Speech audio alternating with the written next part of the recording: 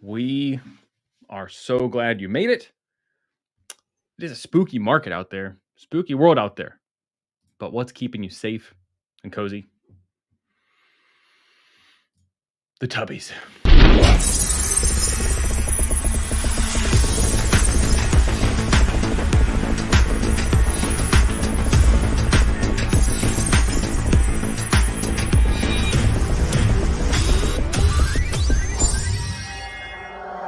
Club NGMI.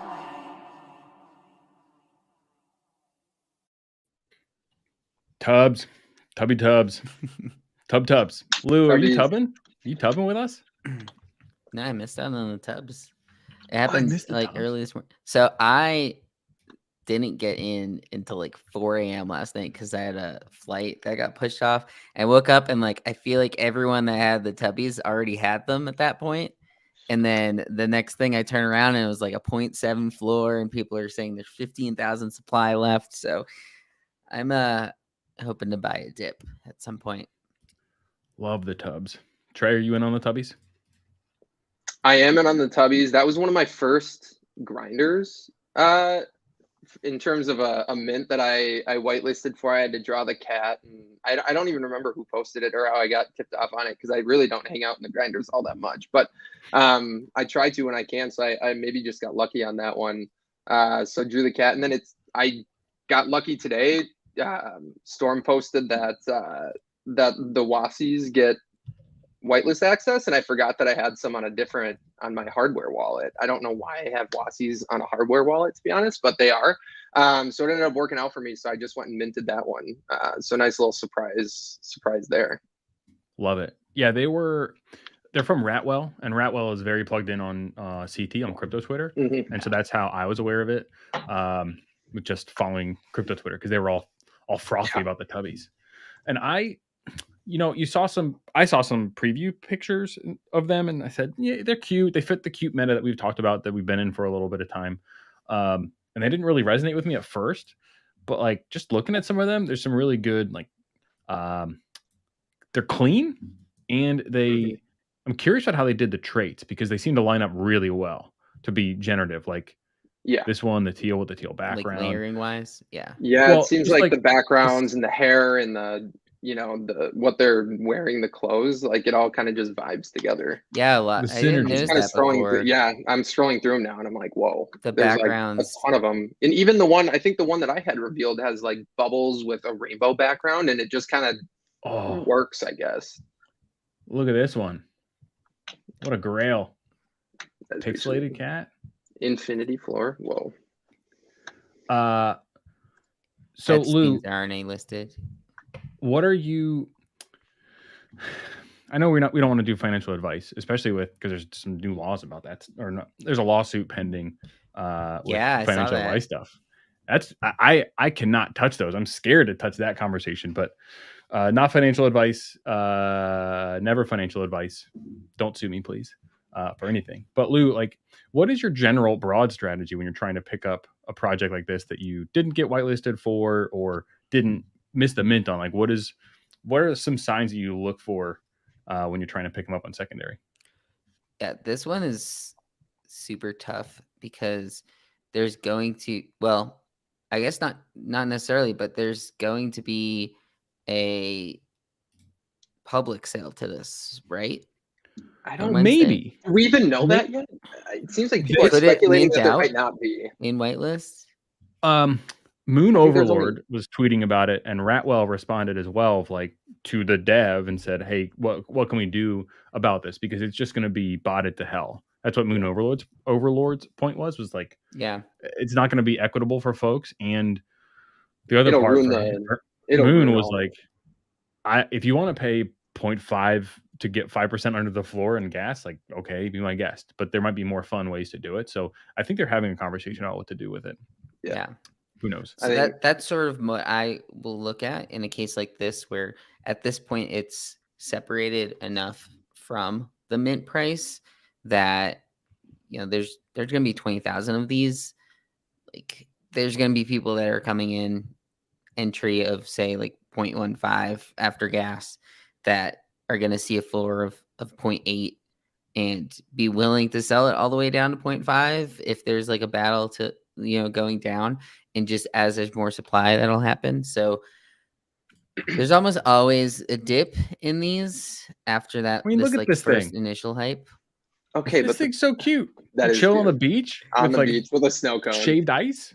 Yeah, shaved Come ice. on. The thing that I think maybe makes this one a little bit different, Lou, though, is that we don't know the distribution method yet, I guess, on these next 10 to 12K. Yeah. But it seems like it's going to be a pretty wide distribution. There weren't a ton of, I don't know that there was a ton of people, I guess, farming Discord and drawing multiple pictures of cats and stuff. So I have a feeling that this is going to, as long as, I guess, if they don't do the public sale, I have a feeling that it might be a wider distribution than maybe we're used to. So there's not going to be as many people with, 10 to 20 of these that can, or even 30 or 40 that could potentially dump. It's really like, it seems like most people just have 1 or 2 or maybe 3 or 4. Yeah, because I know. Let me go look at the holder count. We have Frankie in the chat, and he was mentioning that earlier, where he's thinking of it as, I could get out of this with one of the biggest sales that like I've ever had. But the question is, like, you're watching all these other things, especially something like MFers, I think is a good example over the weekend, where you're seeing these other things can get up to multiple ETH floors really quickly, especially if crypto Twitter hops on. And I think with someone like Ratwell, this does have that narrative behind it. So yeah. That's sort of the idea with it. For me personally, there are a lot of things to mint this week. There are a lot of things going on. And I think, and I don't want it to sound as like fudding it or anything, but I just think there's a lot of places people are going to be spending their money this week. And I'm not trying to put it into like one over the other. If like, there's a couple other ones that I'm on whitelist for this week that I'll be getting in at 0.1. And if those go up to 0.8 as a floor as well, then, I personally, like, I could be getting that at a lower entry point in a different project, I guess, is how I'm sort of looking at it. But I don't think these are just going to like go away either. So I can probably still buy in later. Are you showing us this Legions guy? Yeah, because Crypto Storm was saying a lot of people have bought on secondary. And I remember I was looking at them regrettably 9 hours ago and like, oh yeah, I could buy in. I don't know. And I remember seeing just Legions just to be Crypto Twitter being an absolute Chad and buying in so many of these things.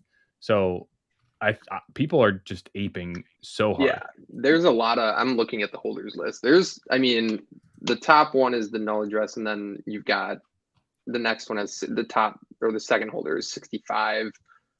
And then the 50th holder is Otto with 13. And then a bunch in between. Otto said this felt like a Zuki day to him, which is kind of interesting. Yeah. That just gets thrown around. That keeps getting thrown around. I think that's just thrown around on any project that has high sales volume, and rares start to go when they're revealed. This is more like Wassies. Right? Let's not say that. I mean, I'm just saying how it's like a crypto Twitter project, and it's similar in what the initial push was with the Wassies too, the first day, right? So that those were a little higher mint cost, but I think they were probably 2-3x mint, right? Weren't they? They were about 0.5 mint. And then for Wassies, the first day, and then the second day it got up to like 0.8. So like they're Wassies. But really that was the mint. But when they revealed, weren't they like a 2 ETH floor? Did they get all the way up to 2 ETH? I forget. But that's what I was thinking. They did that well. Oh, that the funny glasses got sold. I thought about it. That 3 ETH one, because what's weird about that one? This one? You No. had just passed the yellow, or the yellow with the pink background. No, go further. You had just passed it. Go further up, I think. Oh, this one. Or is it? No, it was the other one. It was on the top left, but it was the funny glass, the one with the hat. Yeah. So apparently that hat is a 1 of 1, so it is going to be very rare either way. But the glasses are there's only like 9 or 10 of the glasses. But yeah, the hat apparently is a 1 of 1. And I didn't notice that until more recently. But I thought about buying that at 3 because it goes with my cool cat as well. But a lot of these are so different. This 90s pattern. I really like this 90s pattern one. Do you think it's more of like a don't buy floors kind of thing? Or do you think it's a buy floors because a lot of them are relatively unique enough? Well, they all look pretty unique, in my opinion. Sorry for insulting the Zukis again, but to use the Yuzuki thesis, shout out to Essay. The Essay model, just buy floors. Just buy floors when the floor rises up versus TD's model, which was buy the rare. And Essay's move of buying floors has been more profitable. Well, I think this one is a buy floor. I think the way that they're revealing 1,000 at a time, it's hard to know what's rare and what isn't. That's why I didn't buy that other one, because you don't know how many of these are going to have 1 of 1s. What was that project recently that had like 95 1 of 1s? Karafuru. They have a bunch of these that are 1 of 1s. So it's like, they're all rare, but overall one isn't that much rarer than another. So how is someone going to choose yours over another? So this to me is like pick off look. I know people are going off 100%. Which ones look cute. But there's so many different versions of these. I could see myself getting into one. Yeah, I could see myself finding one and holding it for a while. Are these good PFPs? Have we seen anybody switch up to PFPs? I mean, they're all over. Twitter I gotta imagine they are. Yeah, they're pretty good PFPs. I think they could be. Yeah. I mean, especially because there's so many different attributes like that's and it can elicit your personality if you want. Yeah. And they're new ones too. Like I haven't seen a lot of these different traits. They're unique and not recycled, which is always cool. Yeah. Yeah.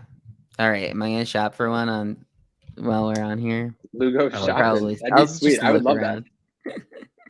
Storm is saying, would you rather have a cool cat or a tubby cat as a PFP? Cool cat. Down bad. I think I'm still. Oh wow. I think I'm still cool cat. Yeah. I mean, I'm partial to cool cats because I mean that's just at this point it feels like nostalgic from NFT summer when we first all got into it, right? And we're minting those for 0.02. Oh man. And selling them for 0.12 or watching them not sell for 0.06. So I know that half of his question is a joke and like an attack at cool cats, but I do still think having a cool cat is one of those things that it's like some of these are flexes on Twitter and like a respect thing too, in a way, where if you have a cool cat, Azuki, Doodles, like outside of the Bored Ape ecosystem, like these other ones, if you have them, like people, I don't know, they'll respect when you say something, I guess, in a weird way. But for me, the problem was like, what happens when you want to sell one that's your PFP? Then all of a sudden, like, does it look bad? So, flexibility. And right now, cool cats are in a rough place. So, not trying. I mean, I'm about to buy this thing. Look at how cool this one is. This like 2.4. How macabre is this? And with the background though, that's pretty sick. I wonder if they had it set up that way where now how they're doing the 1,000 at a time. I wonder if they are somehow like handcrafting these in a way. Or they have a lot of rules around how they're generating these PFPs. That's like probably what it is. Really cool, like coding or algorithm or whatever you want to call it that meshes them all together. Yeah, it's pretty sweet.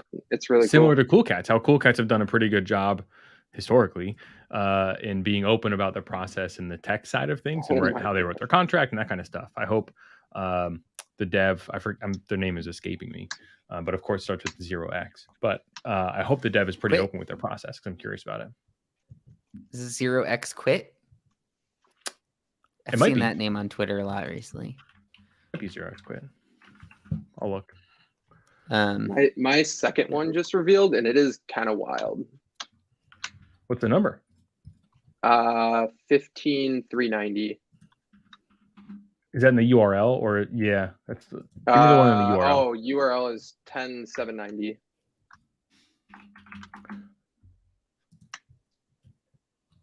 Oh, that's wild. That is crazy. I actually love it.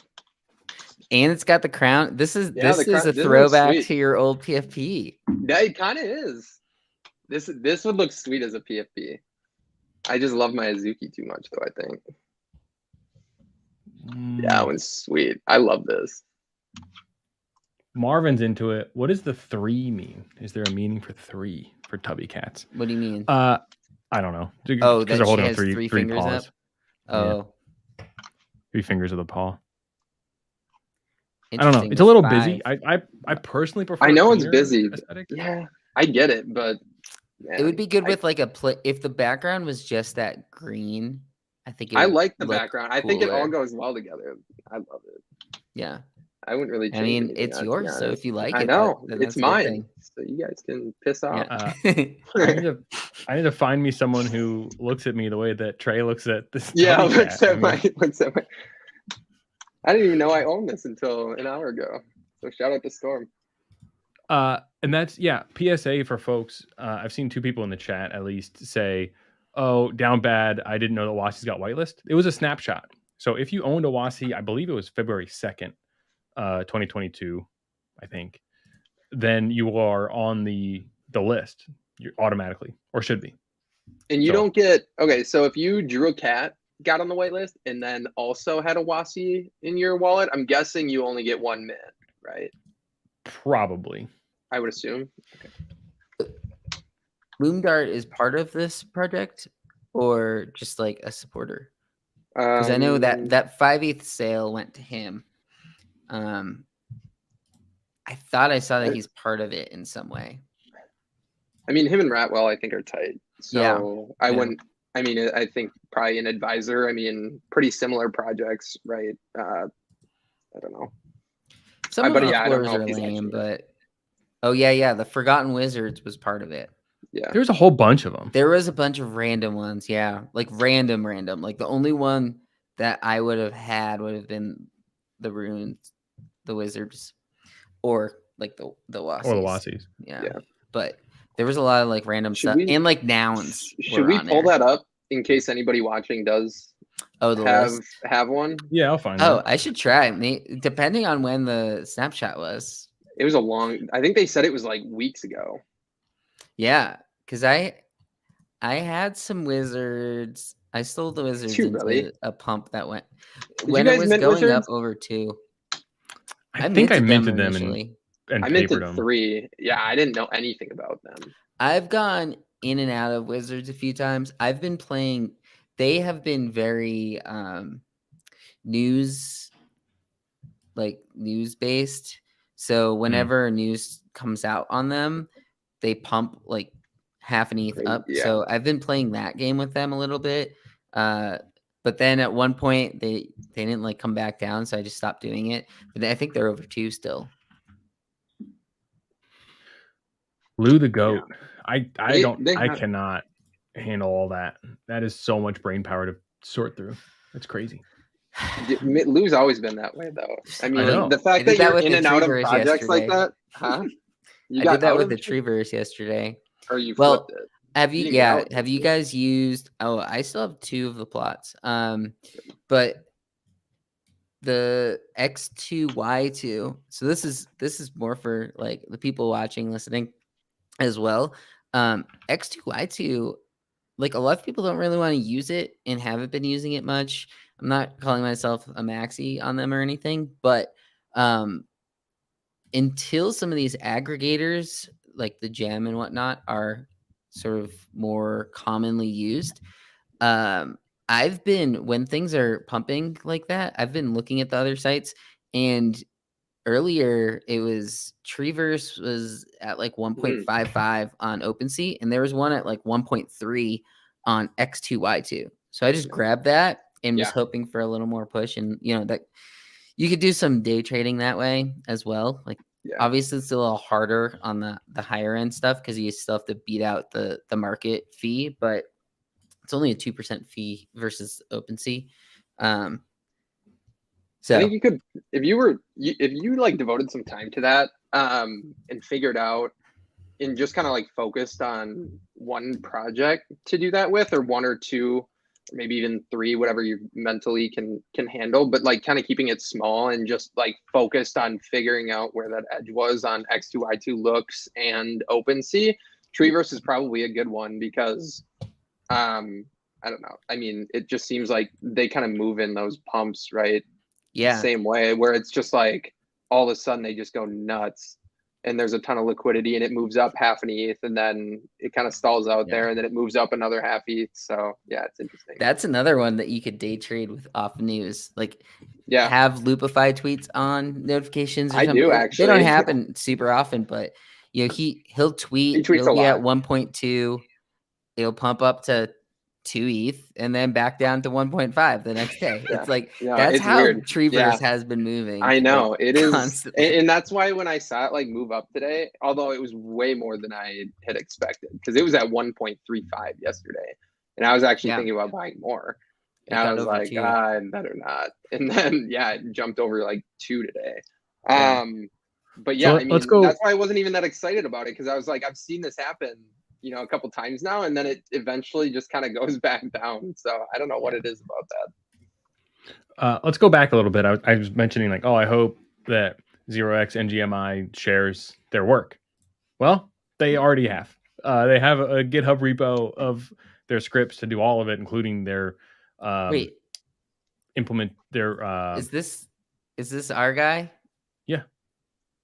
Yeah, this is the Tubby cat. Like this is the Tubbys repo. Oh no, this is the code for the contract. Gamakachi. No, Gamakichi. No. Yeah, he has his own repo, but no. I thought he was using our under NGMI for us. No. Although it would be safe to get. There's no chance, but it'd be safe to talk to 0x NGMI about how Tubbys and why they thought of doing this batched NFT reveal. Because I was going to talk to you about that and the game theory of it, because we alluded to it a little bit earlier of like there's smaller dips right now because they're doing batches of 1,000 revealing at a given time. And it's long been fairly well known that once a project reveals, the floor dips because the rarity chance is gone. So the variance has been smoothed out through this project so far in a lot of ways. So Lou, are you trying to like surf one of those waves of a reveal wave, or when are you trying to catch on to the project? Oh, that's interesting. I haven't been following it too much. Is that generally what it is? Like, the new wave, like Trey just had his reveal. Was there just a bunch of people that are revealed and now it gonna dip to like 0.7 kind of thing? Is that how it's been? The problem I'm having right now as I'm looking at these is the floor ones. I don't think I want a floor one. You don't buy with them? A straight up floor one. There's some other one, like there's some that have like sushi on their head, ice cream on their head. That's not exactly like floor per se. There's a cute all purple one that I'm looking at right now, but someone do the pricing trick on it. So that one just moved up. I don't know. I can't believe people are still doing that. 0.8. Does that pricing trick still work on folks? I guess it has to, right? Couldn't you just set up a bot to do it? I don't know. Maybe they do. Yeah, that's not hard to do. Are you saying the one with the headphones at 0.8? No, I thought you were talking about the all purple one with the hat with the purple check mark. Yeah. I think that one's kind of cool. Oh, it's got like the sock, like Twitter kind of style to it. You know, the Twitter check. It looked like a check. It looked like a check. But it's a sock. Yeah, it's a sock. I like that. Okay, this guy can't be floor. Look at this. So much gold. Yeah, that guy is dope. Oh. Wait, with a little cat. Where is that? 0.75. Did it literally just get listed? Am I about to be at this? Someone just listed one for 0.6. Yeah, it's listed a minute ago. That 7006 for you stream snipers. I'm looking at it. Okay. I mean, it's pretty dope. Yeah. Is it gold though? It's not gold though. I'm not even seeing it's pudding. The color is pudding. Pudding? Yeah. I don't know. Yeah. So maybe it's not the buy then. I mean, the cat in the mouth though is funny. The cat in the mouth. The cat in the mouth is funny. I might be getting this. I like the mouth cat. Well, and I wouldn't be shocked if pretty soon after reveal is over that these are at 1.5 or 2 ETH. I can see that pretty quickly. Once it like settles, it could. And people talk about. I don't think the 20,000 is as huge of a deal. It might cap the ceiling of these. Like they might not go to 10 ETH. Obviously, like CloneX got up there with a high supply, but I think if enough people are into it and pushing for it, could make the pump. As an example, I was just going over to Rug Radio because they were a 20K that pumped a lot, and I didn't think they would because of the high supply. Rug Radio is back down to 0.48 as a floor. Yeah, the rewards aren't all that great, and I think people aren't so happy about it. I mean, the coin itself is like 50 cents, and you earn 5 tokens a day. So all these games are you earning anything? Oh, Lou, you picked it up. Apparently, David O was trying to stream snipe you. Cat in the mouth. Hey, well, you mean stole it from me? We found it for you. Shout out to that stream delay. That ever so slight stream delay. Oh, that's funny. I know. I'm like searching for it, trying to connect the MetaMask. That one's kind of cool. It's got the well, now you're moving them too fast. It was the one that was like the Cruella de Vil style hair, and it was like all purple. Oh, this one? Yeah. Oh, yeah. Yeah, that one's pretty clean, I think. Yeah, that's neat. Doesn't really vibe with me personally. All right. Yeah. Do you see how quickly you can just get sucked in on the Tubbys? I mean, Tubbys. You can just spend 20 minutes scrolling Tubbys. Yeah. I was gonna say we just spent the first half of the stream on that. Oh, love the Tubbys. Love it.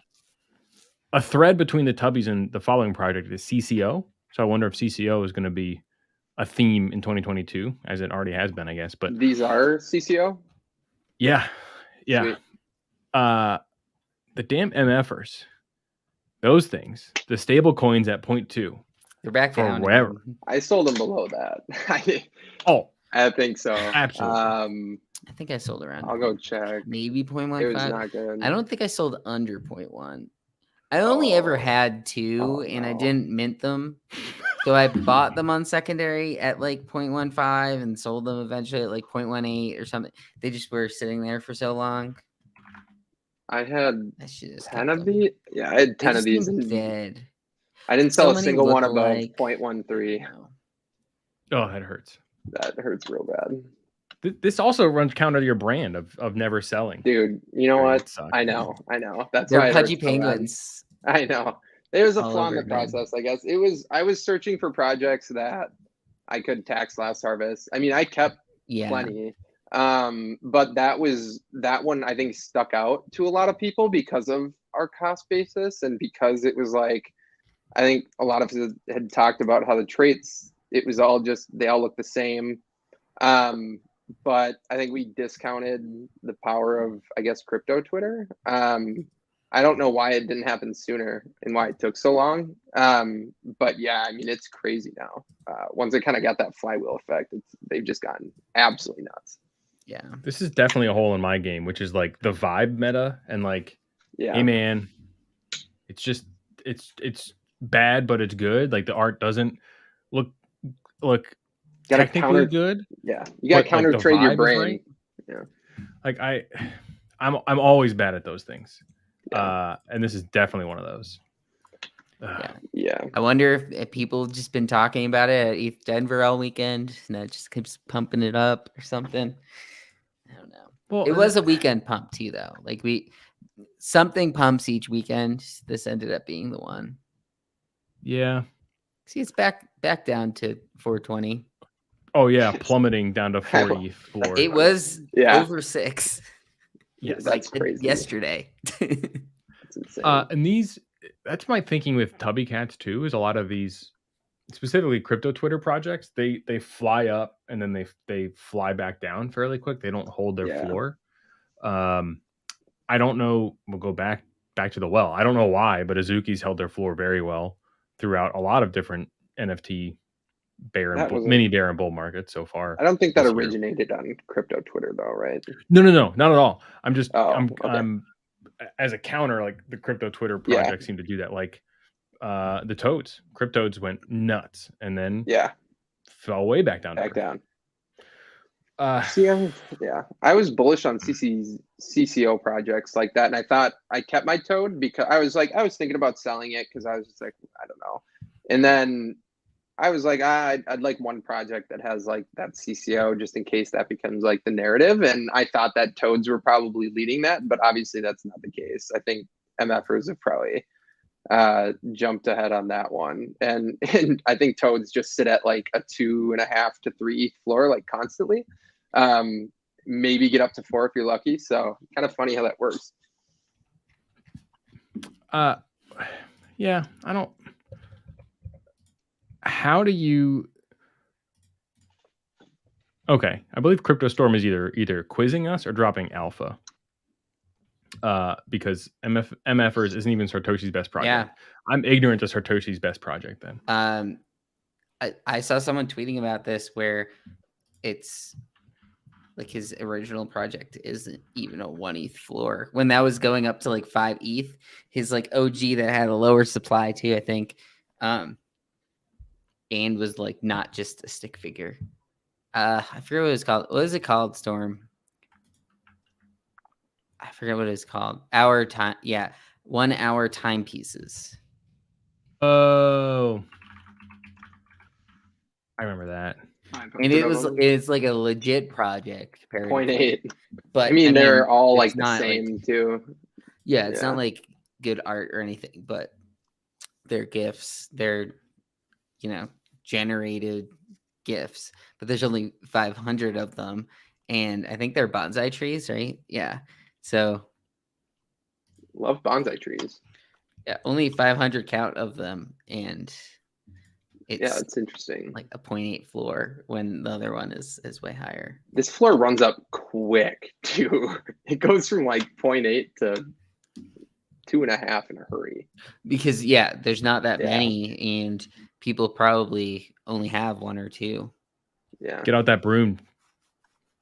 But it like didn't move. That was what people are talking about. Yeah, it really hasn't. A lot of times when these things pump and there's a previous project, like Crypto Chicks had that, where when they started their like original project pumped and there weren't that many listed, so it ran very quickly, and you usually see that. So Brian had a question, which I think is it's why I'm bad at these Vibe CCO projects. How do toads create CCO and have the Vibe meta that start the Vibe meta basically, but they're also not that? I don't know. I don't get it. I really don't, and that's why I guess I'm a little bit confused by it. What do people I guess vibe with MFers that I saw somebody's video that was like they were trying to say that you like sit in front of your computer and you can see yourself. Like if you look in the mirror, you can see yourself, but you can't see a toad. I don't know. I don't know that I buy that. But maybe, I mean, obviously I was wrong here. So I could be anything. I could see it because I have a window right there. So if I look and I get my reflection in the window, that's basically me sitting. I'm not smoking a cigarette, but Marvin is asking Toad's dev to do something. Marvin, then that's the CC0 thing. That goes against it, right? Where it's I might know a dev. It is what it is. You don't work on it. Then let's transition to this. Upcoming mints, we got Star Catchers. Is that tomorrow or is that this week? Star Catchers 2/22/22 at 2/22 Pacific. And a very hype project. 0 roadmap, as far as I know. Yeah. And then so is Invisible Friends. 0 roadmap. So we're just in a gigantic suite of Star Catchers is 0.1, 0.111 for the mint. So it's not as like egregious as Serial Club when they're coming out with 0.5 and have no roadmap. It's a little better at 0.1. How are they getting away? How are these projects getting away with 0 roadmap? Is it just like people like that now because they're authentic and honest up front and they're not trying to bullshit you? Like the thing with Star Catchers, they have a dozen people on their team, but Allison Harvard is on their team. And she's like pretty big in crypto NFT space art. So I have a feeling they're going to do stuff with her, whether it's collabs or maybe you get whitelisted into her next thing. I don't know. I agree though. It's kind of tough with this. It's almost like people were just shitting on roadmap so hard, and you're throwing these out there that teams are now like, let's not promise anything on a roadmap. Let's, once we start and have it, we talk to the community and figure out what you guys want. Maybe. Well, I think it also, if you have a good team that doesn't have a roadmap and you can just tell by the way that they communicate, it forces you to, instead of analyzing the roadmap and going through every single like bullet point and saying, okay, you know, how is this project going to do? What are they doing? You're kind of just using your imagination to think, how is this, you know, what's this team going to do? How are they going to push this project forward? So I don't know, maybe that's it. Storm, are you a producer on the show? Do you want to be a producer on the show? Because you're doing a great job of transitions for me. I've been interested in Anata, and this is another one that Storm is interested in and hyped up for this week. This is reminding me of these are weird, but like interesting 3D. Because it's like a 3D, but if you've ever seen people on streams where they have a whole full body avatar and it's not their image, but it moves with them, like the mouth moves, I believe they're that kind of a concept. These, which is, well, it's a little off-putting at first. The super nifty ones, but are you saying you're going to mint one of these and next week you're going to have that as your image on here? No, but maybe. I mean, I was trying to get super nifty when I had that interview with him. Like, he said he's going to have it for the imps eventually, but if you had one of his floating heads, it comes with the file that you can like put into the webcam program. I mean, it's really cool. I could see these catching on with the pseudonymity of crypto Twitter and of the NFT space, because especially with including voice modulation, like you can stay completely anon. And then this is literally who you are. And if it does work out of the box with like Google Meet and Zoom and that kind of stuff, it'd be great, I think, for this culture. And then if I do buy one, I will have to get it set up for my wife's video chatting, and then just have her show up to a meeting with some voice modulation in this 3D avatar, and then see what her non-crypto native people think, because they would be terrified. I'm surprised it took a project this long to do something like that, where you can actually use the avatar. Yeah, I mean, like a Zoom meeting or something. Super Nifty has it on his floating heads, but that's like almost too small and like older of a project. Yeah, this is like their whole thing that they're pushing for immediately. I'm definitely interested in this one. You got to look for unique stuff like that little twist or that unique thing that could separate it from every other 10K PFP project that we've minted over the last 6 months. What's the deal with Howlers? Is that a whitelist one? No, it's a stealth CCO, but they're also reconsidering the stealth, and they're waiting until OpenSea is done with their migration to release. So they wanted to be stealth, but then the phishing stuff happened this past weekend, and so they didn't feel comfortable releasing a stealth mint, because we were getting kind of into a stealth meta. There were a couple of good stealth mints that appeared out of nowhere. But that's a little scary, especially with phishing going on. Otherwise, it's a generative art project. Let me pull up their Twitter account, because I actually vibe with their art in general more than most. There's just so many other things going on this week. It's almost, I feel like it's better for them to wait to next week. Yeah, I think they are gonna wait at least a little bit. The website, they said the website is done or almost done, and the contract is done or almost done. And it's also a good sign when you see projects replying in the in the replies. That's always good. I like that they're showing floors. I feel like no one, like most of these projects just try and pump those rares up like crazy because they look so good. But it's kind of cool to see them just throwing out some floors here so everybody can kind of get an idea of what they look like. Yeah, and like this, I really like One's this. clean. Like I like the skull and I think it is crossbones clean. shirt. I like the meme, the wolves at the moon shirt. It Remember has when a that was little cool? like Rocco's Modern Life vibe to it, art wise. For sure. I personally have new contract notifications up. This would be, I believe this is a 1-on-1. No, this is 2.5% rarity. Holy Yeah, crap. the little rarer. I think Yeah. I like that other one better than this one though. But I mean, I don't know this if they'll one's gonna be work rare. with PFPs as PFPs, but Yeah, that guy has one there, and it's got like a kind of a crazy background to it. Yeah, it's a lot going on. Oh, that's cool. Like a lamb. Yeah, that's a sweet one. I'm more interested in howlers than I am invisible friends or star catchers. I have like no interest in buying an invisible friends. Personally. Really? They have been around for so long. I've been hearing about those. I'm not trying to buy that for 5 ETH. Just profit margin doesn't seem great on it. I don't know, like just in general, like buying stuff for 5+ ETH. It's tough to do on established projects. Yeah. Like, I don't know. Day one to have nothing that has been a 5 ETH floor day one was a 5 ETH floor a week later. Yeah. What's the collection size for Invisible Friends? It's 5,000. So it's lower.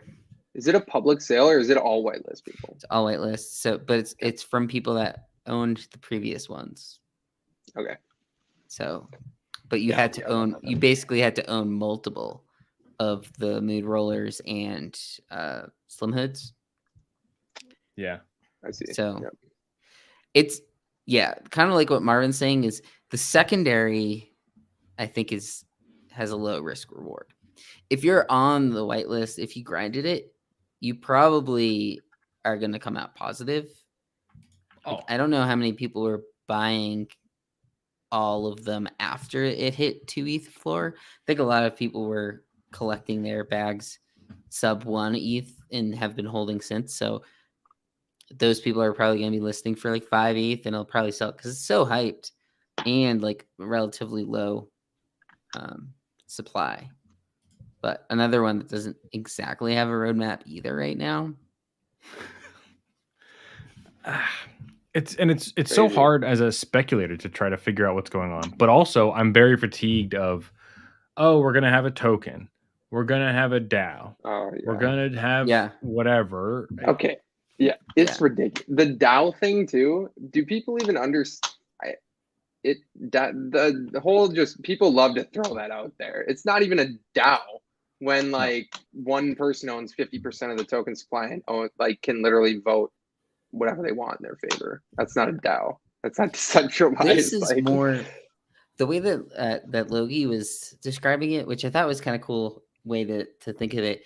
They're kind of doing it more like art blocks. And so because originally my thought was like, this is their third project. Why should this one be the highest cost?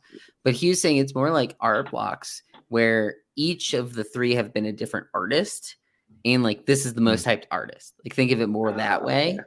Where it's like the third within the series, and this is the artist that has the most followers in like past history. So that's the side of it that I think, if you think of it that way, you can separate it.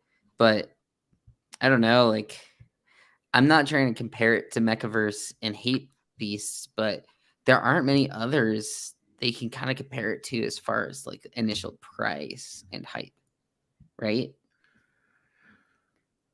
Like the only way it comes out positive is CloneX. Had their own problems though. Yeah, but I think CloneX is the only way that you can like think of it as going up. But even CloneX had a lot of issues on initial mint, and like CloneX got saved by Nike. There's no way that would have. And like people are going to shit on the art no matter what. Like there are going to be people that hate the floors. Oh, all these look alike.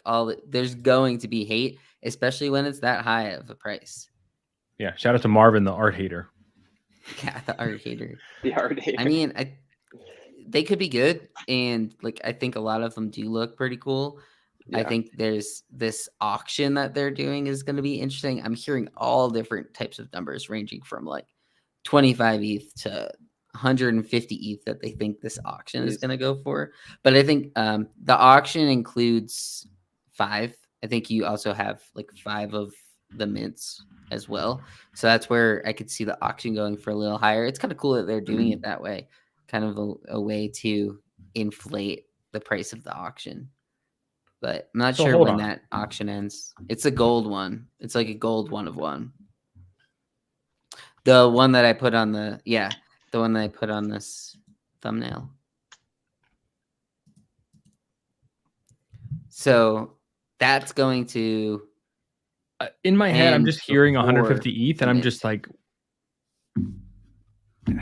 what are we doing? Like 150 ETH for this? I mean, it's cool. It's gold. I get it. I guess, but. I think it's going to go for my guess is 69. It's going to be a meme price. I think if it goes for less than 40, then that is a bad sign for holders. Ooh. Well, I mean, yeah. How many? You said there's 5,000 invisible friends. I mean, they get this and 5. Them now. They get this and 5 unrevealed. Yeah. I mean, you really want to, on a project like this, if you're a holder, you want to see some crazy high rare sales right after. Yeah. I think there's something to that, right? That we saw with Azuki. Like, I think you need to see a couple of those like sought after ones going for 20, 30, maybe even 40 ETH. So like, I think your point's good. If that goes for less than 40 ETH, then that is really determining the value of all the other rares, that preceded, right? So if you think like floor is 5, then that's 25 of it right there. So that's where it's like, if you add, say, 40 to that. I feel like 40 is a good number for 1 of 1 day 1. A lot of, like Azuki had a lot where it was like 40. Doodles, like that seems to be the number for whatever reason. People associate like 40 times floor, I guess is like I learned last week that's what people generally use for like the top end versus floor. What is it? 40 times? 40 times the floor. I don't know why, but like that's the top tier of the stuff. So I wonder if there's like data behind that. Like someone looked at like the top projects and looked at how they compared the floors to their special ones or the 101s. Yeah. I bet there's something behind it. 40 feels really high for the high end projects, but I'm also consistently flabbergasted at the amount of money that some people have. That are willing to spend on NFTs. So I don't know. I also think this is the most hyped project we've seen in NFTs, like overall. Seriously, wow. I don't know. Like, has there really been a more hyped one? Mechaverse is the only one else that I can think of. Yeah.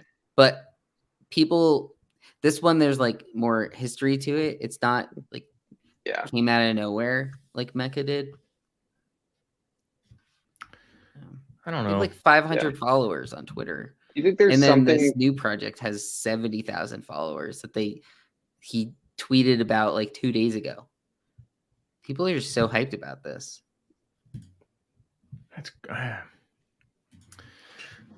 But I probably won't be buying an invisible friend. No, my brain still breaks on it, and it's back to the whole no roadmap thing. Like, what am I buying? What am I buying into if I'm buying this invisible friend for 5 ETH? What am I actually purchasing? Am I purchasing? Is it literally in it? Are we back to in it for the art? Is that where we are? Yeah, I think the fact that the way that you got on this whitelist, I think is one reason. People are assuming like they are going to give back to holders, long-term holders. At some point, you're probably going to have to hold this to get onto the next thing they do and things like that. Well, I think they're doing some 3D stuff, 3D like physicals. I mean, that'd be cool. How are you going to do the invisible part? That's cool. With the floating head or floating hat. I'm down with that. That'd be nice to have on my desk. But the whole, you buy this NFT and then you believe they're going to get you access to different NFTs. It's just I saw this take on Twitter. It's not original, but it's a house of cards. It's just going to, once the market collapses, everything collapses then. I guess that's a self-evident statement, but it feels quicker with those projects that are just built on getting access to other projects. Did that happen recently? Some project, was it Serial Club? One of the ones that got hit with an NFT ethics bomb. Squiggles got hit with that, and then you saw a lot of these projects that had previously been partnered with them are trying to like distance themselves. So like a lot of, I think the partnership thing, you don't want to have too many, because what happens then? The dominoes start falling. At least if they're not vetted properly. All right, we danced around a little bit, but this past weekend, a big deal in David's right. Don't flutter cereal. I have cereal too. I still have 3. Yeah, I'm chilling on 3 cereal that we I have one cereal way too early. Cereal Club, that one. I might hang with my cereal until I can get that actual cereal, because I just the idea of getting cereal. Point. I mean, I'm just holding on to it at this point. It's a 0.172 floor. Most of us paid 0.5. Some people bought more than 3 or 5. Yeah, it's just rough. That hurts. That does. That was a weird one where I think everybody, well, obviously the consensus was just that it was going to sell out or right away. And then it didn't. And we were all like, caught with our pants down. It was not fun. Bab said it was live. Yeah, that was the Babs live. Yeah, I forgot about that. Oh my God! Don't. I wish. I wish he was on so we could give him. Leave him alone. He's counting his money today. Yeah. That's right. Congrats, Babs. Shout out to Babs. Congrats, Babs. Ape sale. You paper hands. Can't believe you'd sell that ape. So much under the floor. Jeez. That DM conversation between you two is it's so crazy to look at. I know. Literally 100x ago. Like, that's insane. Well, I had to go back a little ways because we had conversations like that. For those who have no idea what we're talking about, Babs and I used to have spinner hat floor conversations that were like, oh, spinner hat floor 1.5. That the regular ape floor is at 1.2. And we're like, let's go. And then the next one you see, it's like, oh, spinner hat floor is 5 ETH.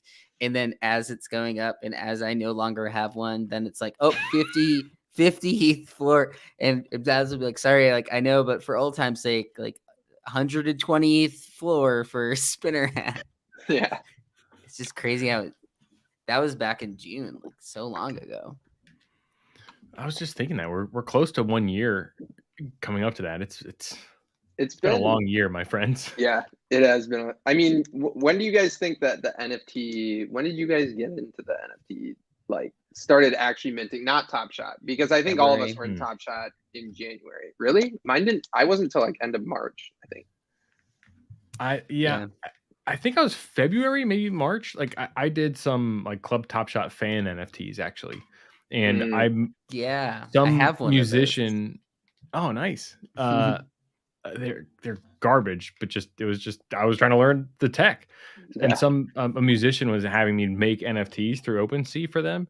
And back then, like gas was a huge deal, so I would have to figure out how much it cost, and they would pay me in fiat via like Square Cash or whatever, and be like, "Oh man, I lost money on gas on this one," and it was like $20. It was crazy.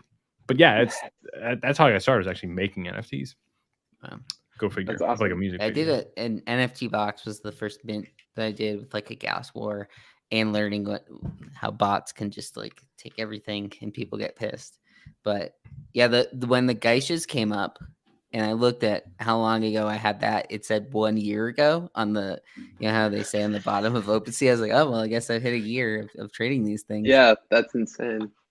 You two are both young, but you feel like there's touchstones like that will make you feel old soon. And it just happens quicker in the NFT world where it's a year. And you're like, oh, we're still so early, but it's a year ago. Oh, yeah. I just looked at it says I joined in March 2021. So it must have been March when I first got into it. Yeah, I think I'm January. For join. I think my first NFT was a Kings of Leon album. You guys remember that? I remember that. Have one of those. I still have it. I haven't redeemed it yet, but I'm still. Whatever happened to that? Yeah, dude, I was like first music like NFT, man. I'm gonna be rich, and then they're like 0.01 now. I was like, sweet. I mean, that's what it is. It was a pioneering music NFT in some ways, at least for this generation. Yeah. Maybe it'll come back to that at some point when the historians, NFT historians. Oh my God, the doggies, love the doggies. Doggies are also minting tomorrow. Wait, there's more coming out? Snoop Dogg, the Snoop Dogg doggies on Sandbox, but I mean, are any of us buying something on Sandbox? I'm a boomer. I don't know. What does it mean to be on Sandbox? Like you mint on using sand? Yeah, it's like 150 sand. So you'd probably, I think you have to convert it. There's a bunch of things that are like on their whitelist, but yeah, you'd buy it in sand. I don't know. Like, apparently they're on season 2 of whatever that means on Sandbox. So yeah, you have an avatar and get to use it as it looks like Snoop. There's all different rarities. I mean, could be a thing. I could see voxels being a thing moving forward. There's actual true utility, and if people go to meetups and stuff, do you want to wear your Snoop voxel? Like a lot of these other projects that throw Sandbox name out there that we joke around about a lot. At least he's like actually saying, I'm committing to using Sandbox by this is the way you have to get it. So is that why Sandbox price keeps or like it was pumping back? Is because people actually it had buy demand because people had to use it. Well, I don't know. I haven't followed it at all, but I just know that it was like mooning and everyone was like, why is this doing this? There was a time where like all of those metaverse things, like the metaverse, was that just like a metaverse phase where literally everything was I think Decentraland was too. Yeah. Mana. That might have been after Meta, like the Facebook. That was stuff. Definitely I think it was right after. I think talking about. Yeah, I think it was right after that. Ooh, right after Meta. The sand price today doesn't look great. Let's not talk about our coins, our precious coins. They're trying to take our coins from us. We don't have that one though. You have sand? No, I have a lot of other coins, and they're all down. Yeah, it's all red. Coins down bad. Coins down bad. Coins down bad. JPEG's doing fine. Let's do a fun fact, then we'll get to a serious topic. So a fun fact: the doggies, DOOGIESs, have done half the volume of Tubbys. Doogies, sure, the Doogies. It does mess with my head because there's 2 O's and 2 G's. Correct. Yeah. So it just doesn't. Yeah, it almost feels like it should be. I don't know. I think it's Doogies. It could be Doogies or doggies. I don't know. Yeah, wake up, Tig. We said sand. Of course, Tig has sand. Yeah, what? Those are another NFT historian. What, the sand ones? The Doogies. Oh, yeah. They're pumped. This is like the thinnest NFT historian. Well, ever. You saw the post about that guy. Like, he basically wrote up that post after buying 100 of them and then just started like dumping them. That's how a lot of those posts, unfortunately, happen like that. Didn't this get up to what, 0.4 in the 0.4s? It went higher? I spent a good chunk of I think it was Saturday, created before trying to snipe these as they were getting listed, and it was pretty lucrative for a little bit. I can't believe that is in their description. Like, is that supposed to be a main data point? I think so. Yes. Someone tweeted that. They were like, just so you know, March of 2021 is not early. Yeah. It's an NFT history. It's so stupid. This is one of the more stupid projects that I've seen that has pumped a good bit and then keeps going. I don't understand. But it's come back a little bit for sure. Absolutely. Tabib is buying them right now. I think they're done. I think they're done as far as releasing new ones, but it's hard to tell because they're listed individually. Were they releasing more over the weekend? Yeah. Oh. Like the project owner would list one for 0.05, and then it would be a gas war to go get it. That was so fun. I was enjoying that. I was enjoying that. So the mint supply just keeps going up. Yeah, it did. Wow. But they just kept ripping like They were just, it was constant sales activity. It was crazy. Yeah. Early on, the margins were thin, but then they became gigantic, and people were firing like 500 Gwei at these things. I was firing like a throwback. Well, I mean, I always do that when I'm like, usually if I'm thinking that there might be like other people going for something, you can always just set that max priority way less. I set it to like 11 or something, set the actual gas to like 777 or 666, and then just rip it and whatever it comes out to. Who is this person? Toby Blue Eyes just keeps buying these. Dude, they cannot be stopped. Wow. The last 7 minutes. They hate their beans. They want to get rid of trying to dump off the bean. They're not going to sell beans at that price. That much. Bean floor is down bad. It's under 0.2 on a 0.3 mint. Oh. So that brings us back. That's how we originally were minting stuff. Remember, we used to have, when we, like, an old school drop alert for us would be, hey, this thing is minting on OpenSea. Like, they're on number 12. Yeah. And we would be basically gas warring each other when they came up. Shout out to the Theos. That was the Theos, right?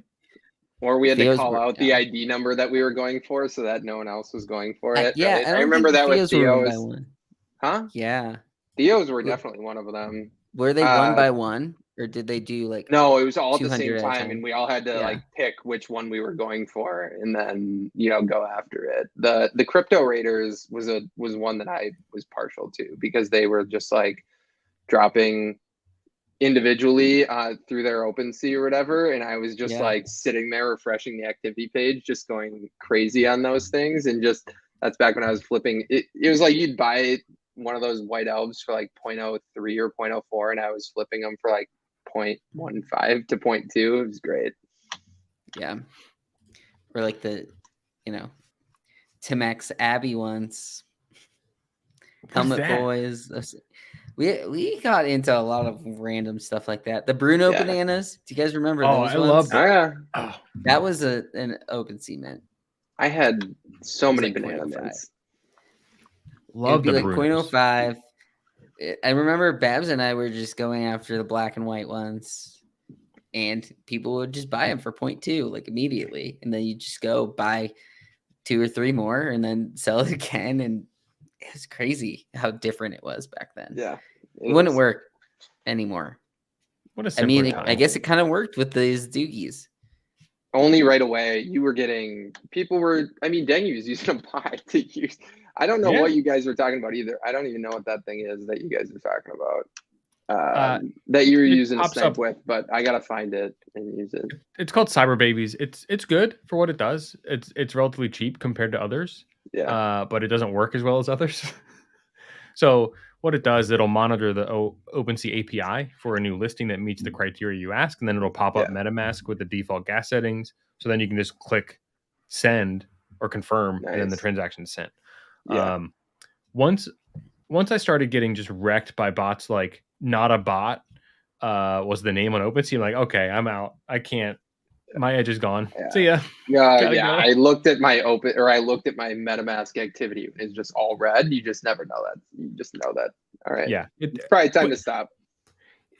And it's hard for me to figure out because you'll hit one. You're like, oh, good. Well, that pays for like 7 of my attempts. So let me just keep trying. It's a game for sure. It's a game. Yeah, I got sick of it after a while. I was doing it earlier when Gugu got, because Gugu went crazy on those. He got like 25 of them. So I got like 6 of them, and I was like, am I going too crazy on these stupid dogs?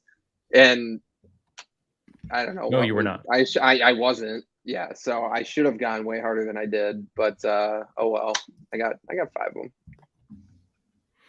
All right, this past weekend, sad news. There was an executed phishing attack. Now, I don't think the phishing happened this past weekend, but my understanding, unless there's new news, is a hacker was able to engineer people to sign a transaction. Sign a transaction on their MetaMask wallet that basically approved to sell an NFT for $0. And then at a specific time, which happened to be this Saturday, they started accepting those asks on their side, on the hacker side.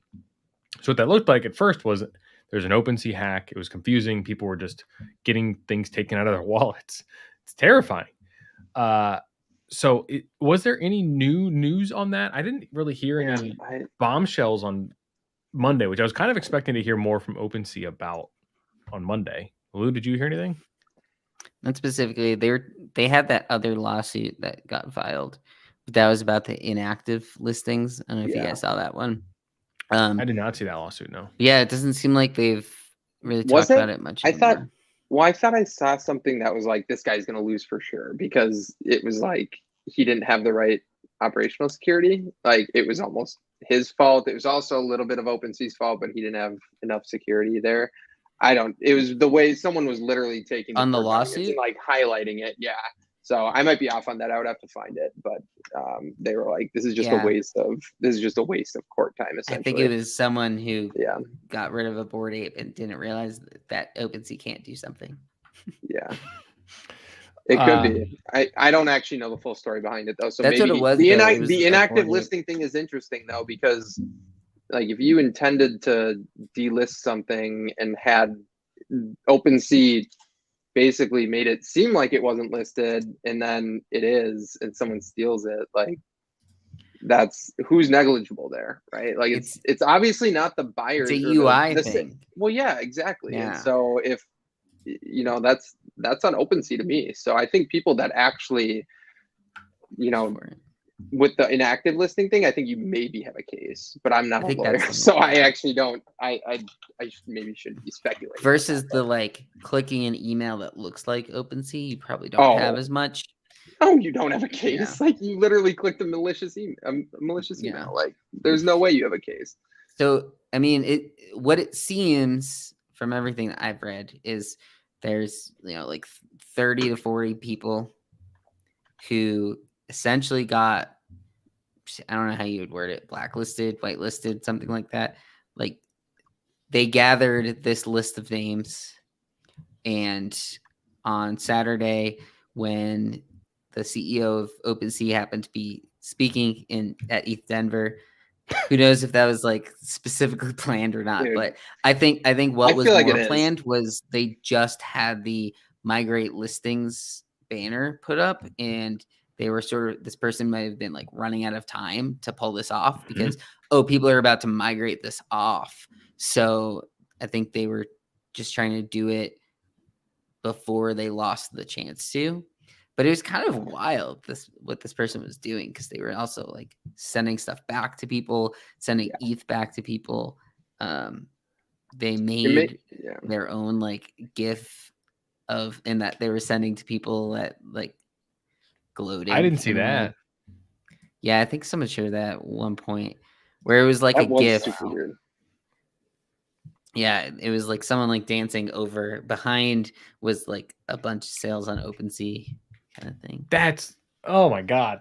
It's like very troll. Very troll. No, and like it makes you wonder if like that person, obviously they were doing this in a way that none of these people who seemingly, a lot of them seemed like sharp people, right? It wasn't a bunch of Bored Ape owners. It seemed like these people were pretty on top of their shit and had wallets and stuff, and just got like fished into this signing half of a transaction or whatever it ended up being. But it seemed like it was pretty under the radar, and there's nothing about the transaction, it seemed like, at least not from what I could tell, that tipped anybody off right away. That was like, oh shit, I might have just done something wrong.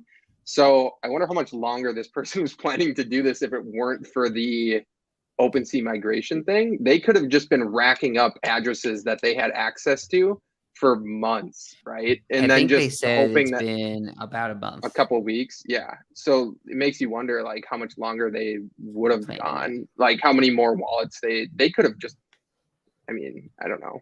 Depends on the operation they're running, but it's kind of crazy to think about. Because they obviously targeted some massive wallets, because these were huge. Like most of them had multiple either Azukis, they got like a Doodles. 25 NFT world. I mean, they had tons of like big wallets on there. Well, including Nate Rivers, who's a name that I know just from being in NFT circles. Like that person knows their stuff. They got developers were impacted. I think an OpenSea software engineer was impacted as well. So these aren't dummies. These aren't people who are new to blockchain and working with Ethereum transactions. That's the scariest part for me. Is like you can know your stuff and still get taken. Now, I don't want this to come off the wrong way, but if you were a hacker, why would you go for someone like Nate Rivers, who has a massive platform on Twitter, who can tweet about it and it spreads very quickly? Would you rather go for those like the more secret whales in a way, who like have a bunch of assets? But I don't know. I think that guy was just trying to rack up as many whale addresses as possible. He wasn't really thinking about, like, I think the damage had probably already been done. He probably knew that he was getting all that shit, and that he was going to be making stupid amounts of money. He was literally sending NFTs back to people. He sent 50 ETH back. Yeah, I know.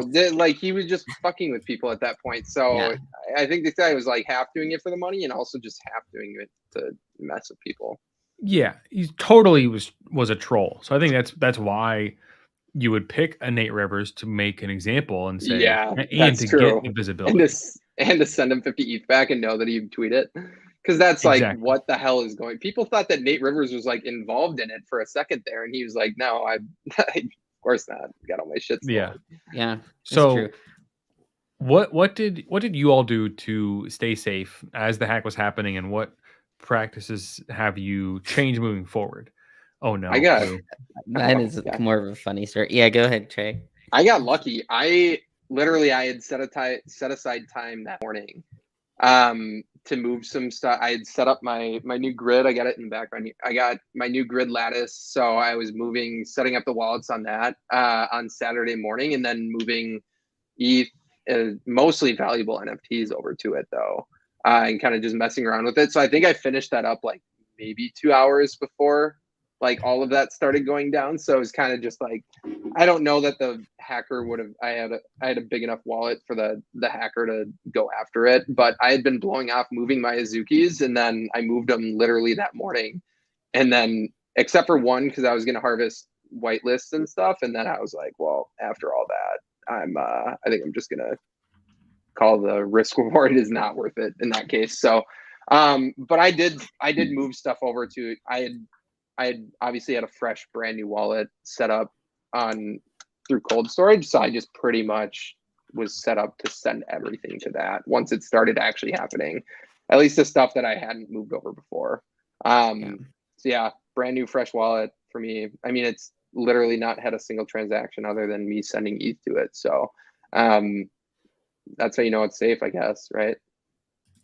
Yeah, it's the safest spot because you haven't approved anything. Because that's what happened here. Was you sign a transaction to let them transfer, and that's how it mostly goes, right? At least it seems like it. Lou, what's your funny story? I kind of went a little back and forth on it, where it was like, in my head, I was thinking I would have gotten hit by now by the time that I realized it was happening. So funny enough, so I was babysitting my niece at the time for that night.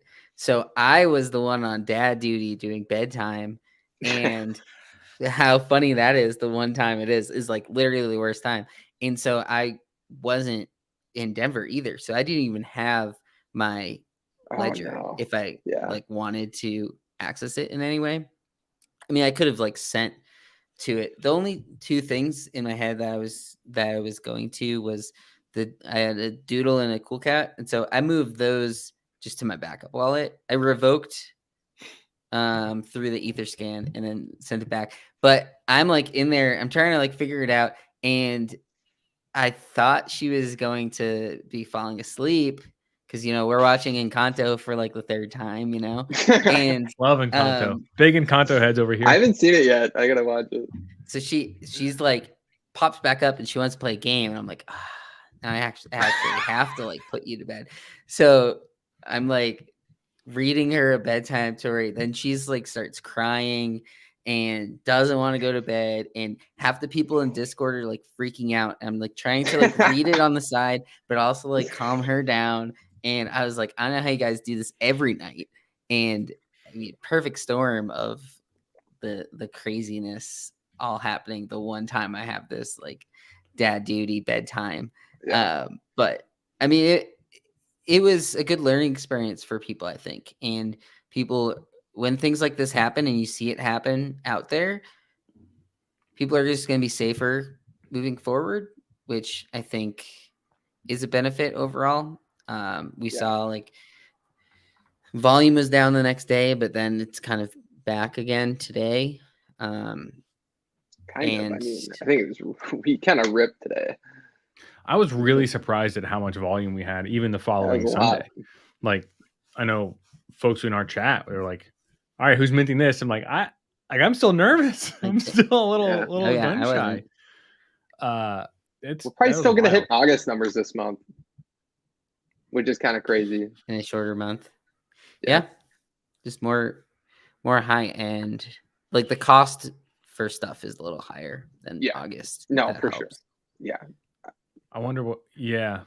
Like, but even the monthly NFTs, sold is like almost even closer to what August is. There's more users now. That's definite. Yeah, which has helped. But it is good to see that. Yeah. So active traders podcast I've started listening to. It's called the Daily Gwei. It's kind of nice to do a daily update on ETH stuff with Sasano. Yeah. He shared this article. It's kind of old. It's from March 5th, and it just talks about Trezor and ledgers as far as hardware wallets, but I just threw it in the chat.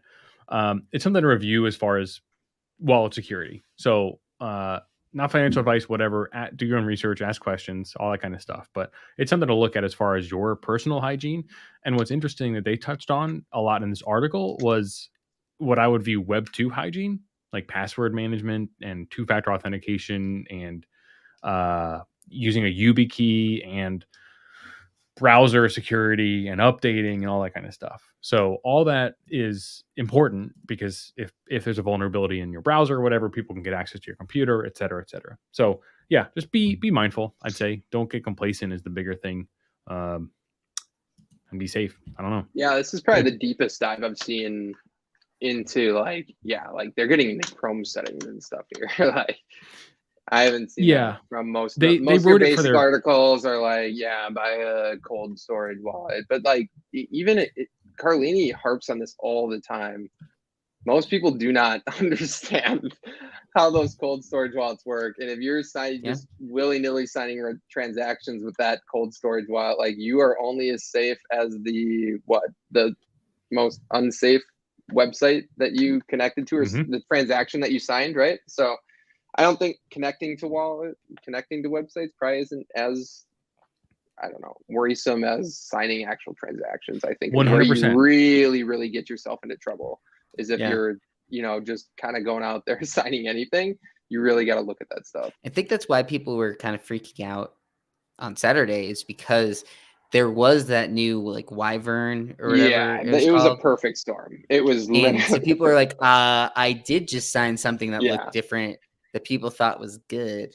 And then obviously people on Twitter are posting like the worst is when people don't know the panic sense, right? Where people don't know and they're just throwing out like this, that. So people were like tagging X2Y2 and saying, just so you know, like it could be them. And it's like nothing has said that it could be them yet, except I think it was Nate Rivers going down the list of things he did in the past week.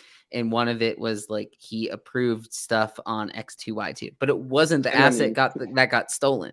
So it was like he was just saying things that happened and someone picks out like a piece of it just to do their own narrative. And then Looks starts to pump because everyone's speculating that it's X2Y2. It's OpenSea. There's only one other one out there that's not getting hacked, right? So we gotta go and buy that one. I need to show that chart. That chart is so ridiculous. Let's see. What time frame do I want? Here, we'll do this one. Look at this time frame. When do you think the hack happened? Gee, I wonder. It was right here. That is insane. So it spiked way up and then went right back down. So yeah, I would not buy not financial advice. I would not buy other coins when there's a hack going on and you think it's due to one exchange. Especially when it was pretty clear that, I mean, there was like Twitter threads from people saying one thing, and then there was Twitter threads from people saying the exact almost opposite thing, and it was like, okay, clearly nobody has any idea what's going on here. Yeah. And so it's funny. That was an interesting Saturday night. Do anything specific, and in a weird way, the way I was thinking of it is I was like, my wallet isn't drained yet. My assets are still here. Like in a weird way, I was like, I feel like I'm good, and like I don't have 10 MAYC. Yeah, I don't have 10. I was like, people are gonna go down that list, and if you have the entire OpenSea, and this is also how I was thinking of it, people are gonna go to like the Pranksies, the Dingalings, way before they hit my wallet. So like that was the other thing in the back of my head was. Yeah.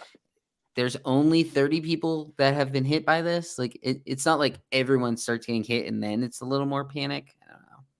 Yeah. Once I got my Azukis moved, I was pretty much fine. I was nope. I mean, I had 5 in there, so that I was worried about that. But the fact that they're all moved is just, I mean, you could pretty confidently say that you weren't going to get hacked because, like you said, there was just too many other. I'm sure that I wonder if that guy had more transactions. At the time, we didn't know how many he had. It sounds like he only had 17, or else he'd probably still be draining. Unless literally every other wallet that he had, they happened to move it in time. But somehow I doubt that. Bottom line, understand what you're doing when you're signing a transaction. Understand what you're doing when you send an on-chain transaction. I think that's important too. And understand what connecting to a website does. That can help you. And if you have high value assets that you'd be gutted if you lost, I think it's a great idea to start a brand new seed phrase and send it to that brand new seed phrase and never do a transaction with it. Because you can always restore that seed phrase and you can send ETH to that account and that address, and then you can send that asset back out. But if you've never done anything, then no one can touch it unless they get your seed phrase. So there's 2 things there. Dangy, one quick thing on that. Do you have any advice for people that are looking when they actually are, now that you can see the MetaMask signatures and stuff, everyone's like, oh, it's so great that you can see the MetaMask. This is such a great feature. It's like, what the fuck am I actually supposed to look for though? Right? Like, what is there any, it's not like the hacker is going to have it in the code. I can take your shit. Right. So what are people, maybe that is how it works. They will essentially. What my understanding of the people who got affected signed in one way or another signed that they could sell their NFTs for $0 or zero. But even through the Wyvern contract where you can see that entire signature or whatever, you can actually see in there, it has verbiage that like you could almost tell is malicious. Or is it just like so hidden that you pull like those Wyvern contracts and it's like you're scrolling through like, it looks like binary sometimes. Like it's crazy. So it's not like I feel like if that feature is actually going to be something that is good and helps people also need to be taught what to look for as well, because right now nobody knows what to look for. One thing I noticed it has in there is the fees. So you can see like the creator fee, the royalty fee. Okay. It's like in binary though. It says like 750 instead of 7. It's hard. Yeah. I mean, it just looks like just computer code. Right. And if you don't know what you're looking for, then you're not going to scroll. You're not gonna, Once my advice is don't be intimidated by it and do some Googling. That's to start. And then you can figure out what things mean what. So if it's all zeros, then it's 0. Or it can represent empty in some cases. That's one example. Maker and taker fee is how much you're willing to sell it for. Taker is how much you're willing to buy it for. That kind of thing. One thing to be aware of and a little bit more cautious of is something that's obfuscated. So if you're signing a transaction and you just see the hex code, so it's just 0x and then some zeros and then some letters and some numbers. We've all seen those things. It's not human readable. You can decode that. But you also don't necessarily want to sign that immediately because you don't know exactly what's underneath that. hex code or what you're really doing. So just be careful with those things. Check the URL that you're on. If I stand by this too, if OpenSea has this vulnerability that's this devastating, NFTs are over for a while, at the very least. So I would trust OpenSea.io's contracts. I would trust LooksRare's contracts. I believe I would trust X2Y2's contracts too, but that's mostly because the gem.xyz devs have said the X2Y2 contracts are really good and efficient. So there's been some secondary proof that they're audited in some way. So I would trust all three of those. Seems to be they just seem to be doing things right. Like their website's kind of slick. The contract works according to these devs, right? Like, I don't know. It just, obviously they're not close to touching OpenSea yet. I don't think anybody is, even LooksRare. But who knows, right? I mean, there's got to be competition at some point. People just aren't using it. But like everyone that has used it is saying they like the UI, like it has the staking side of it. Like you get paid to list stuff too, even like your trash mints. Yeah. You know, shroots. Nice, man. Gotta protect your shroots. I love it. All right, everybody. Thanks for hanging out. We appreciate you all. Let's I don't know, pick your spots this week. If your bankroll is 7 ETH, I wouldn't go buying an invisible friends for 5 ETH personally. That's not my personal strategy. But if you're a whale and you want to have an invisible friend walking around with you, sure, go do it. And I'm not sure what the reveal timing is, but if the floor is in that, like, that's where I could see it. If it's like a week to reveal, and during that time it gets to like 4 ETH or something, I could see buying one and go for that upside play. I mean, I did that with the Zukis and then got a floor and still dumped it way too early. But I mean, I do think the rare lotto could be worth it on these if you get a decent price. Follow us on Twitter, twitter.com/clubngmi. Like, subscribe. Check out the podcast, even if you want to just hear us in your ears again tomorrow morning while you're walking the dog. Love it. Bye.